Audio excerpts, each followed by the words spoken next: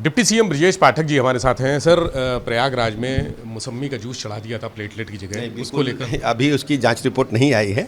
अखबारों में इस प्रकार की जानकारी आई थी, ऐसा आरोप परिजनों का है। जांच रिपोर्ट आते ही पूरी बात बताएंगे।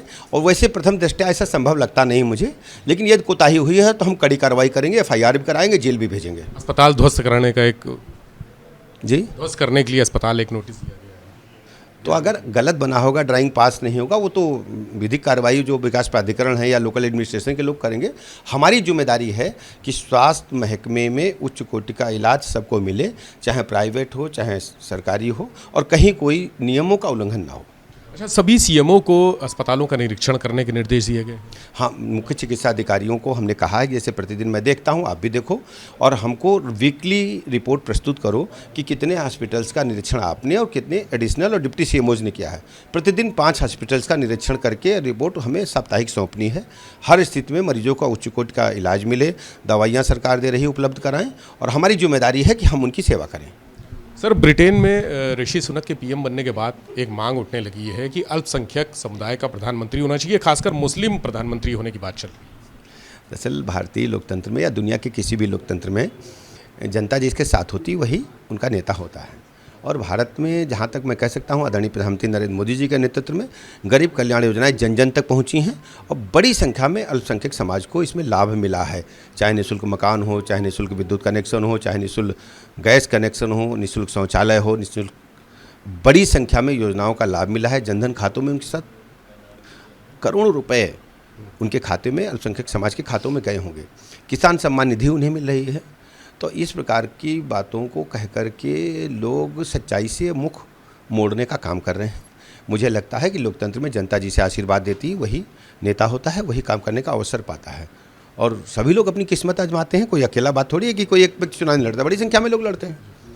एक धर्मगुरु हैं, उन्होंने कहा है कि अगर मुस्लिम प्रधानमंत्री बन गया तो अगले 20 सालों में 50% हिंदू कन्वर्ट हो जाए। देखिए, इस प्रकार की बातें करना इतिहास से मुंह मोड़ना है। अकबर के शासनकाल में क्या नहीं हुआ? जब तक वो 9 मन जनेऊ नहीं जला लेते थे तब तक भोजन नहीं करते थे। ऐसे भी मुगल राजा हुए हैं, लेकिन फिर भी हमारे हिंदू धर्म को, हमारी भारतीय संस्कृति को, हमारी सांस्कृतिक विरासत को कोई छिन्न भिन्न नहीं कर पाया। भारत अजर अमर है। भारत माता का वर्चस्व, भारत माता का परचम दुनिया में फहरा रहा है। आदरणीय प्रधानमंत्री नरेंद्र मोदी जी के नेतृत्व में सब लोगों ने इस बात का लोहा कोरोना काल के दौरान माना है। अपने भाजपा के सांसद निरहुआ, उन्होंने कहा कि यादव जो हैं वो देश का विकास जो चाहते हैं वो यादव भारतीय जनता पार्टी के साथ हैं, बाकी यादव अखिलेश के साथ। देखिए, अब ये तो सच्चाई है कि जो लोग भारत का, प्रदेश का विकास चाहते हैं, सभी लोग आदरणीय प्रधानमंत्री नरेंद्र मोदी जी के नेतृत्व में काम करना चाहते हैं। लेकिन हम विशेष समाज के बारे में ऐसा मेरे पास कोई आंकड़ा नहीं है, लेकिन ऐसे लोगों की संख्या बहुत अधिक है जो देश और प्रदेश का विकास चाहते हैं, क्षेत्र का विकास चाहते हैं, और जाति, धर्म, दल, संप्रदाय से ऊपर उठ करके आदरणीय प्रधानमंत्री नरेंद्र मोदी जी के नेतृत्व में अपनी आस्था व्यक्त करते हैं और लगातार उन्हें अपना आशीर्वाद देते हैं। लखीमपुर उपचुनाव में क्या है? भारतीय जनता पार्टी प्रचंड बहुमत से जीतेगी। वहाँ हमारे प्रत्याशी अमन गिरी को सभी का आशीर्वाद मिल रहा है। उनके पिता स्वर्गीय अरविंद गिरी जी बड़े नेता थे और समाज में उनका अच्छा कार्य था, और मैं 2 बार वहाँ गया हूँ, अब एक बार फिर जाऊँगा। लेकिन वहाँ घूम करके महसूस हो रहा है कि अमन गिरी प्रचंड बहुमत से जीत जाएंगे। नगर निकाय चुनाव की आहट आ गई है। उस दिन पसमानदा समाज के सम्मेलन में आपने कहा भी था कि अगर चुनाव होगा तो मुस्लिम को प्रतिनिधित्व।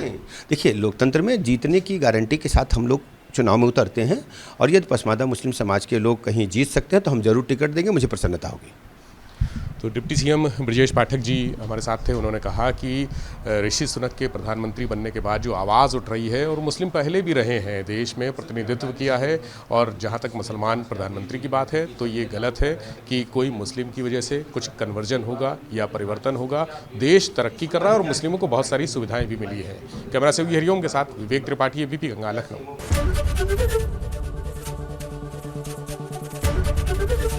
ABP गंगा, खबर आपकी, जुबान आपकी।